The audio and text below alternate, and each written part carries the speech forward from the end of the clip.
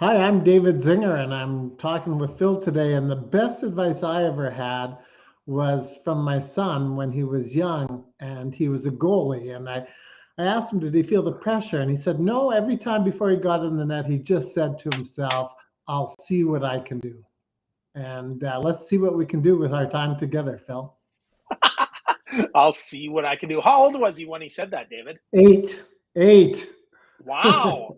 What a And prescient kid, huh? yeah, and I'm 68 almost, and I still don't have that kind of wisdom. That's so funny. That is so funny. Well, for those that haven't met you, David and I used to blog together over at Slacker Manager years ago. We had 500,000 viewers, visitors a month, and then sadly, it got disbanded. But David and I have stayed in touch. We even got together once in Chicago, once in Winnipeg, and yeah. So David, what are you working on these days? What's taking your time? A lot of my interest right now is around, still is with engagement and experience. But obviously, because of the times in the last 3 years, is also looking around burnout.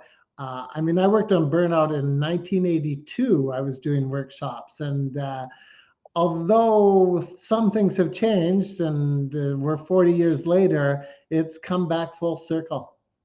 Wow. Wow, that's interesting. And I saw a graphic that said, that we've always had this kind of challenge between, or this tension, if you will, between employees and managers and employment here. So, what did you call it in '82, David? You didn't call it quiet quitting. What was it called then? Well, I mean, the classic word for the last 15 years was more around disengagement. Um, what I'm calling it today, and I've been calling it for a little while, is being wounded. I think so many of us are wounded by work. And so sometimes when you're wounded, you go off into a corner and whimper. And I guess that would be quiet quitting. Sometimes when you're wounded, you just think about yourself and you don't know what to do. And sometimes when you're wounded, you heal yourself. And sometimes when you're wounded, you get involved in healing others. And we've been wounded by work, not because there's a war on us or anything, but it's just between the pandemic, expectations, the people we work with, the tasks, the demands, the resources that we may be lacking. I really like the term wounded. And Robert Bly once said, our wounds transform, become our gifts to our community. So back in 1982, I worked on burnout because I burned out and I didn't know anything about it. And I learned a lot because of that. And so I'm coming back at it. And I think one of the gifts, if you will, without being presumptuous with that term, is to help people understand it. Because sometimes when we're wounded, we just don't even know it. Interesting. That's super interesting. So, wounded, quiet quitting. Interesting. So let me quickly define quiet quitting, David, because I think it's important to kind of talk about that, right? So I looked it up this morning. It says from Wikipedia, it says quiet quitting is an application of work to rule in which employees work within defined hours and engage solely in activities within those hours. And the philosophy is not connected to quitting, but rather doing only exactly what the job requires. And teachers, right, that if they do this, they call it working to the contract. Yeah. But I think your point about being wounded, I think is right on, right? Like maybe it's because we've given so much for so long, and then maybe wounded, I guess, right? That we haven't gotten that payback. So this is not really new, huh, David? No, a new term brings new attention, so that's always, I think, good. I think that's good. But I think, as one person was saying, what I was looking at today, quiet quitting tends to kind of blame the victim, if you will. Although none of us are really victims. We're wounded by work and all expectations and all kinds of things. And if you've been involved in education or healthcare in the last 2.5 years and you're not wounded, I don't know where you've been. That's a really good point. Lots of pain, lots of, in some cases, suffering, right? We've seen different things, right? Working, teaching from home and teaching in the classroom. I mean, boy, when I went to school to be a teacher, David, classroom management is something I learned. And then we thrust these teachers into Zoom classroom management, which is So completely different, huh? Yeah. Oh, yeah. And your kids may be at home too as you're zooming and educating others. You were dealing with your own children at the same time. You didn't expect that. You didn't necessarily sign up for it. And some teachers have welcomed it and learned from it, and some have exited education, and some have quiet quit. For sure. For sure. So that takes me to an interesting point here.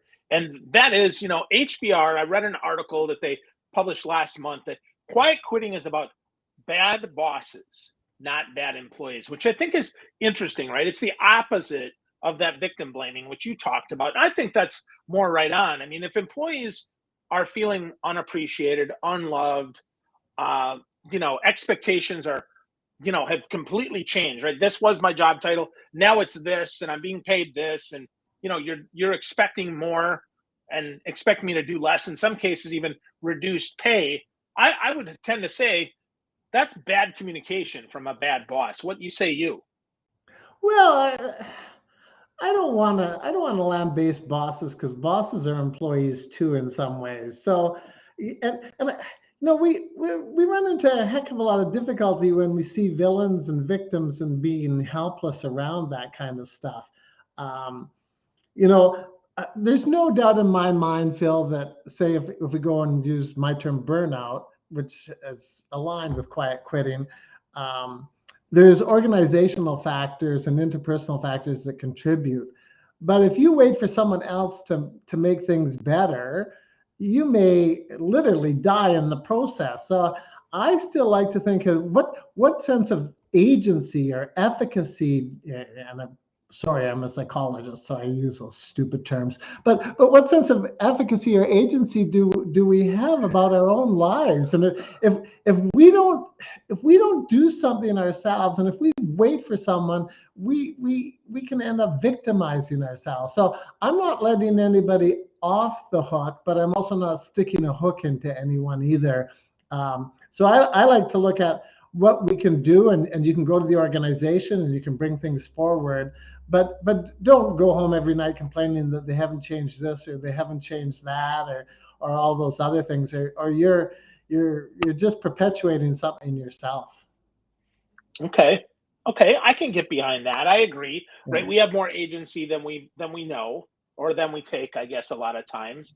But with that though, I mean, organizations historically have been built kind of on the backs of the employee, right? I mean, Yeah. profits are higher than ever, costs are higher than ever, right? Inflation is happening around the world, not just here in the United States, not just in Canada where you are, but everywhere. And we're expecting more and more and more, and sharing less and less and less of the spoils. I mean, okay, if that's not employees, like, or if that's not, the boss's fault. So whose fault is that, David? I mean, we have to, if we could fix something, like what's broken, and how do we fix? Yeah, it's not your fault. It's not my fault. It's the asphalt. So how do we create a road to that? Well, I would never preclude advocating for things within organizations, and I'm not suggesting that all organizations are benevolent, but organizations are made of people, and we're part of it. So never stand apart from. You are a part of, and you do what you can with what you've got where you are. And if that ain't working, maybe you start to look somewhere else or what goes on. And so you don't quietly quit, you just quit, and you say fairly loudly what the reasons are of why you're quitting. But I'm surrounded by a lot of people in leadership roles and management roles, and their frustrations and their challenges are just huge and gigantic. These are not malevolent people. It's my wife. It's other people that I know. They're good people in some tough situations. Okay. I agree with that. I think that's true. And I think to that point, I mean, that I don't think this is new though. This is that we should leave. But what if we quit and stay though? I mean, that's kind of what quiet quitting is. I mean, when I was in the Navy, right, we had people that would barely do what was expected of them, and that was enough. I mean, really, right? I can be a C player and Yeah. stay. maybe, right? And is that a C player, or should employers expect that we're going to do more? No, we should expect. We should expect, because engagement isn't for the organization, although it's helpful to the organization, no doubt, and they want it, no doubt. It's also for us. It's for our children. It's for when we come home from work and we know that we've done what we could. And we know in ourselves we've done that we could. And when you look at finding well-being, well-being can be found in work. It's that the acronym is PERMA, but I prefer a SPERM. A SPERM is accomplishment or achievement. S is for using your strengths. P is for positive emotions. E is for engagement. R is for relationship. And M is for meaning. So it's not like work is just taking everything from us. When we get more out of work, when we also put more things into work. And that's almost why I prefer the term work engagement or work experience. Be careful about getting locked in a role of being an employee. Even if you're the CEO of an organization, you can be perceived as an employee.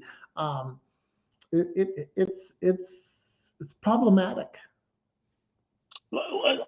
How so, David? How is it problematic to be seen as an employee? I mean, what should we be seen as if not as an employee? I like to think of, and I'm not trying to be fancy with words. No, Phil, I know you're not. No, I'm trying to understand. I agree. A partner. Like we're in this together. I don't want what you don't want, and if you don't want it, I don't want it either.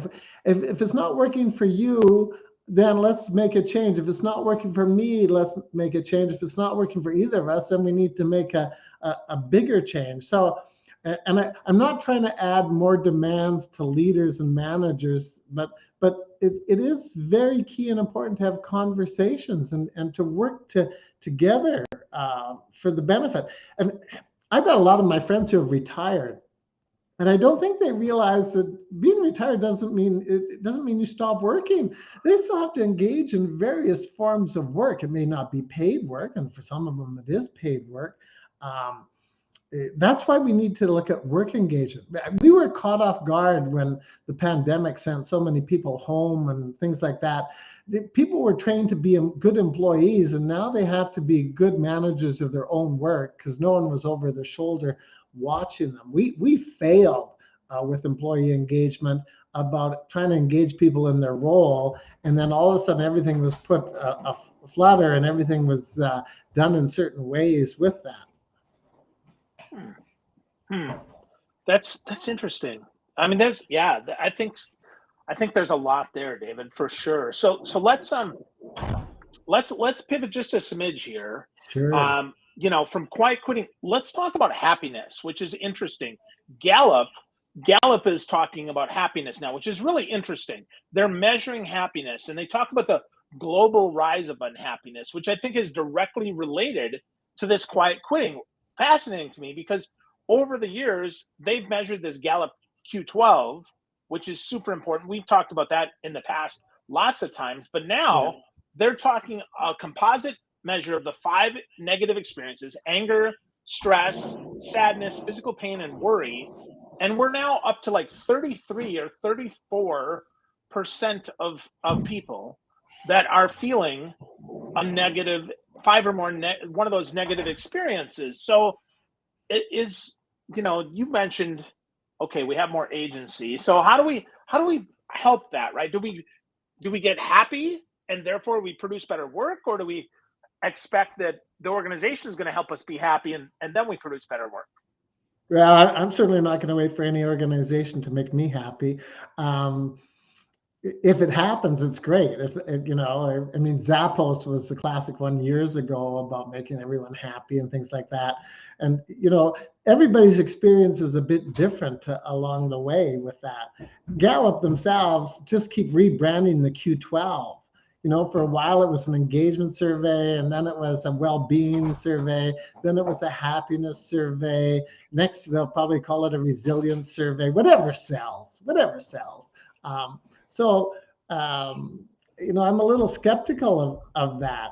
I think the people in positive organizational scholarship and positive psychology have a little bit more cautious look at things. When you're a researcher in university and you write a paper, you always say more research is required, and you're very cautious about the claims that you make. And we could do with a heavier dose of caution about the claims that individuals and consultancies are making around the workplace. In some ways, and this is the skeptical part of me, and hopefully it isn't cynical, it's just the bell curve, Phil. We can nudge the bell curve, or things happen to nudge the bell curve the other way. But whether it's happiness, whether it's engagement, whether it's well-being, to me, when I look at all the statistics that are generated day after day after day, there's a part of me that just says, yes, that's the bell curve. They're talking about quiet quitting, 20% or so. That's the bottom end of the bell curve of engagement, or that's the bottom of the end of the bell curve of well-being. So I'm not trying to suggest any sense of helplessness or hopelessness around that. I'm very optimistic. But I also am quite respectful of, that's kind of in some ways how things shape up. So let's just see how we can nudge it in a more positive direction. Let's skew the bell curve to the right. And if we're looking at levels as one axis and happiness or engagement as the other, can we increase it? Can we nudge it somewhat? Because the expectation that work will make us happy and well all the time is probably a fallacy that could lead to all kinds of troubles.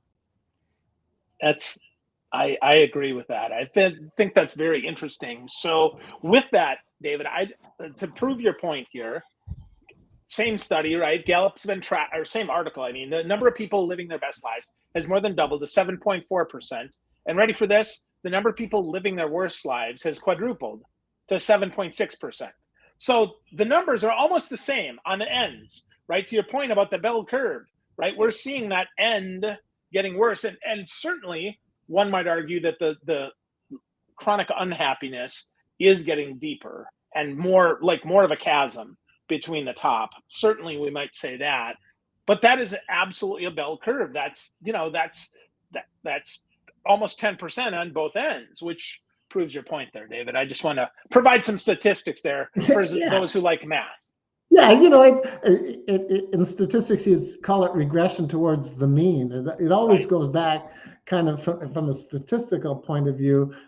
It regresses back towards the mean. The good news there is I mean, I really love the notion of impermanence from Buddhism. I'm not a Buddhist and things, but things can change. Things are impermanent. So no matter how bad things are, things can change. And yet, no matter how good things are, don't think that it's permanent and it's static. I mean, just to give a global example, things are changing in the Ukraine. All of a sudden, Ukraine reclaimed all kinds of territory from Russia in their own country just in the last little while. But if someone thinks, well, that's it, we're on our way, it's all going to happen, things are impermanent. Things are going to change. And so some of it is mindfully riding the change. And I shouldn't say that you want to relish suffering. Don't get me wrong. And there's some terrible things that have happened, and it would be a total disservice to people. And I don't like the term when life throws you a lemon, make lemonade, because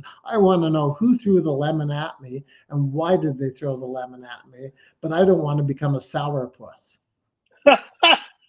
Oh, that's funny, David. That is so funny. I like the idea of impermanence. I also like the idea of catching that lemon and throwing it back at him. So I'm with you there. That's a good philosophy to have instead of lemonade, right? Just beat him with the lemon back. Yeah, why not? Why not?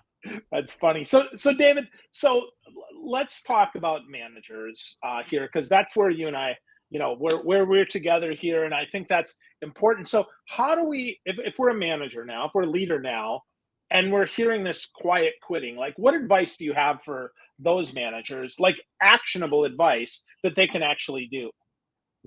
Well, I said before, having an engaging conversation is very important. Creating psychological safety, which just simply means, I care about you and I care about what you're interested in. That isn't necessarily easy, but it is really simple. Talking to people about what's going on. Carefronting, caring is so key. I love caring as a concept, but I think sometimes people in management roles think, well, that's fluffy, or that's soft skills, or that's some sort of namby-pamby stuff. No, you carefront a person out of your stance of caring. You put it in front of them and say, your quota of sales was X amount of dollars, and you only reached this amount. We need to talk about it. So what happened? Let me know. And here's what I'm thinking, and what's going on. Because maybe that person just needs more knowledge and training, or maybe that person needs to exit the organization, or maybe that person just needs to know someone cares. I don't know what the specifics are, but if you just leave it, if you just ignore it, if you just turn a blind eye, there's problems. But then there's a lot of demands on managers if you've got 30 or 40 or 50 people that you're managing or leading, and to try and stay connected and engaged with all of them, that's a huge job. You know, when you look at burnout, a lot of people use the job demand resource model, and that your job is a balance of your demands and resources. So you have to keep your resources pretty high as a manager to be able to meet those demands, or burnout. So how though, David? How do we do that, right? I mean, that let's get practical here. How are you? I know you because you're working with these folks. How are you suggesting that they do that? What are you seeing as successful? Well, I think building resources like conversational resources. I used to teach a course called Crucial Conversations years ago. I haven't taught it for years, but it's a good resource. But there's lots of conversational courses, or you can read a book. All of them package it a little bit differently, but I think, you know what, most of them are getting at the same thing. Having a friend or someone you can talk to at work, that's not superfluous, that's not extra, that's something you desperately need to navigate through the ups and downs. Really attuning to progress and setbacks. You know, Teresa Amabile, who did all that work on small wins and progress and setbacks, we still haven't embraced that fully. So a manager needs to celebrate the progress and step up to the setbacks.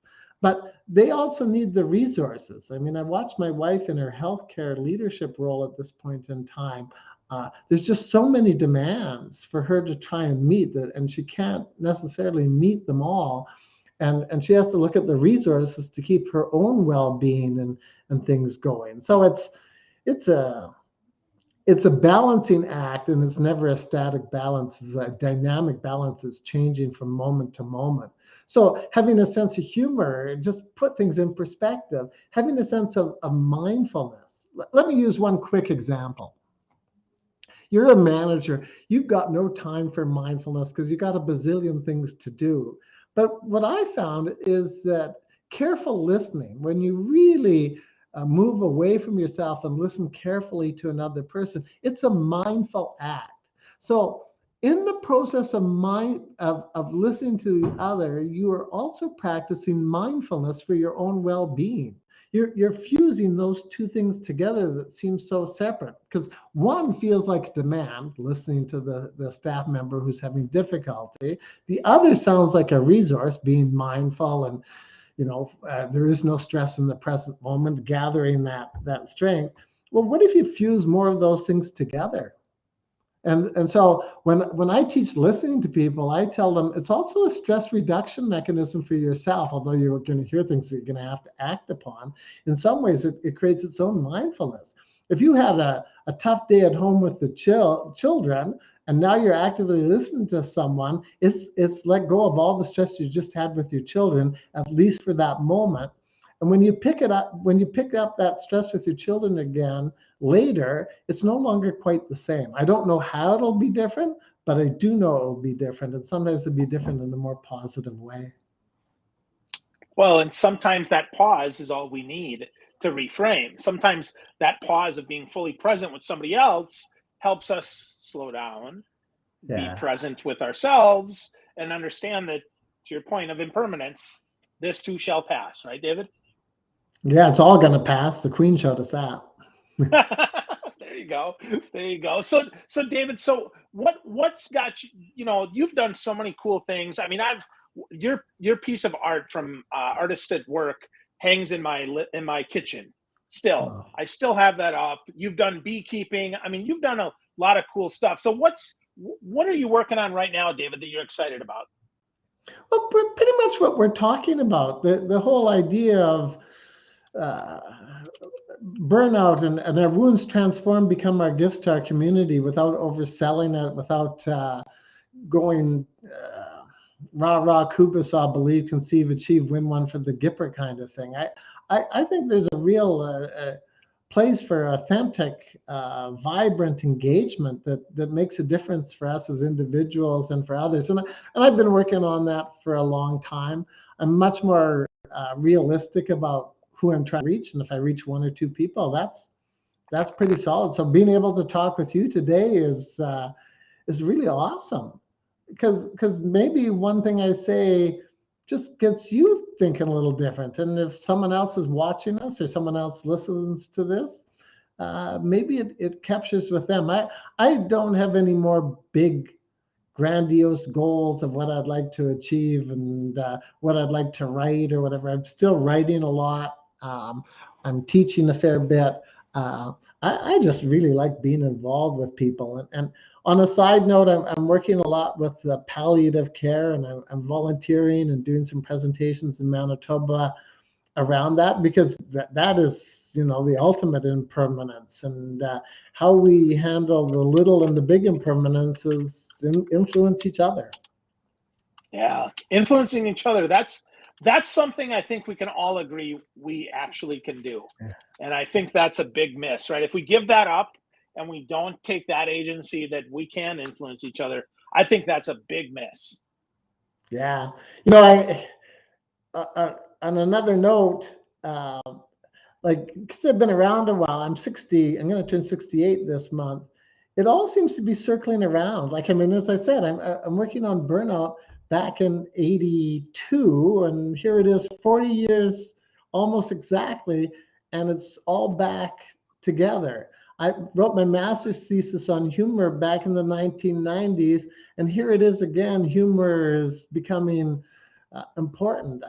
I took transcendental meditation in the 1970s to help me navigate as a student in college, and now everybody talks about mindfulness and meditation or whatever. That's good that it circles around, but I think we should recognize that some of the stuff that was there before has a lot of value for us now. It may need a rebuffing, a polishing, a tweaking, a nudging, but there's a lot of stuff that goes on, and yet some of us seem to get so overwhelmed by the new shiny object like quiet quitting, and we latch onto it for a while, and then we let go of it for a while, and don't really draw out the juice and the resources that are embedded in that. Yeah. It circles back around because nothing is permanent, right, David? And everything's a circle. You got it. That's it.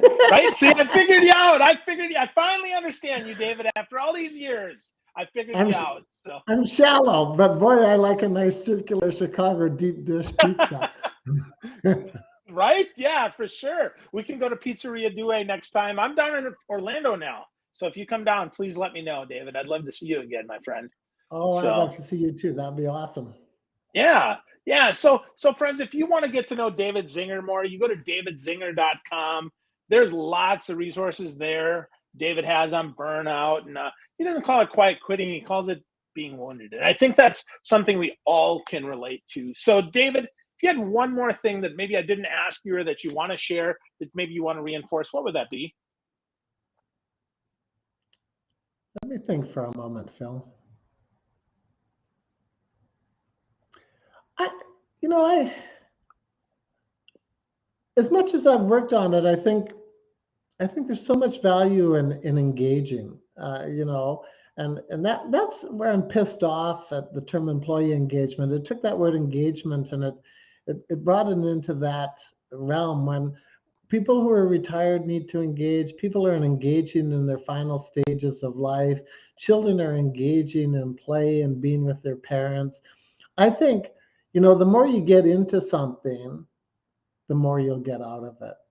And That doesn't mean it's nonstop, because impermanence and circulars, you got to get resources, and you got to replenish yourself and things like that. But this is no time after the pandemic and what's going on in the Ukraine and around the world, and with rising costs and stuff. This is no time to just draw away and sequester into a little dark room. You may need that at times, and a good night's sleep is a wonderful thing. Uh, but I think it's also time to stay engaged with what engages you. Mm, that's good advice. That's a great last word here. Stay engaged with what engages you. Figure that out, friends. Invest in that and go deeper in that. Don't quiet quit. Instead, find out what engages you and engage more with that. Great advice. David, it is always a joy to speak with you, my friend. Thank you for sharing so much of your goodness. I appreciate you. Oh, what a treat. Thank you, Phil.